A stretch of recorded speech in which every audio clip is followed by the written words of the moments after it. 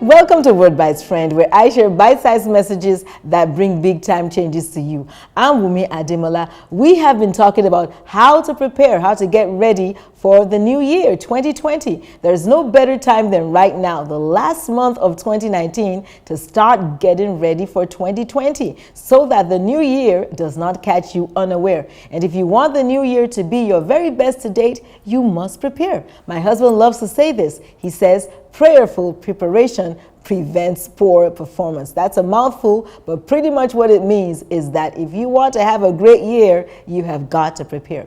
And so based on the experience of the Israelites, as they were about to cross over into the promised land, they were crossed over the Jordan into the promised land, Joshua gave them 3 very important instructions in preparation for their crossing over into the new place. And in the same way, from those instructions, we can learn what to do to get ready for the new year that God is going to bring us into. And the first instruction that Joshua gave them is found in Joshua 2:1, when he simply told them to view the land, to have a vision of the place that they were going to. And in a similar way, we must have a vision of next year before we get there. And secondly, Joshua chapter 3:5, he told them to sanctify themselves. He says, sanctify yourself, for tomorrow God will do wonders for you. So if you want next year to be a wonderful year, you've got to sanctify yourself. Get rid of bad habits.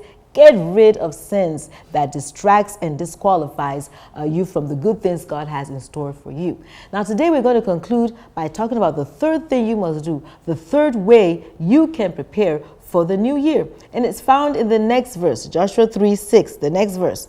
And the Bible says that Joshua spoke to the priests saying, take up the Ark of the Covenant and cross over before the people. So they took up the Ark of the Covenant and went before the people. Now, the Ark of the Covenant represents the presence of God. So essentially, Joshua was telling them that before you cross over into the new year, let the presence of God go ahead of you. Set God before you. Don't cross over presumptuously, just walking into the land. No, allow the presence of God to go before you. You know, the Bible says in Psalm 16, verse 8, it says, I have set the Lord always before me. Because he is at my right hand, I shall not be moved. And then it now says in verse 11, you will show me the path of life.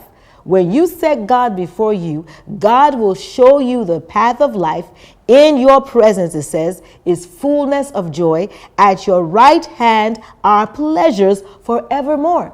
So when you set God before you, he will show you the path of life, and he will keep you off the path of death. Previously in this same chapter, Joshua had told them one of the reasons why he wanted them to set the ark, the presence of God, before them and not just barge into the promised land was because he said, you have never gone this way before.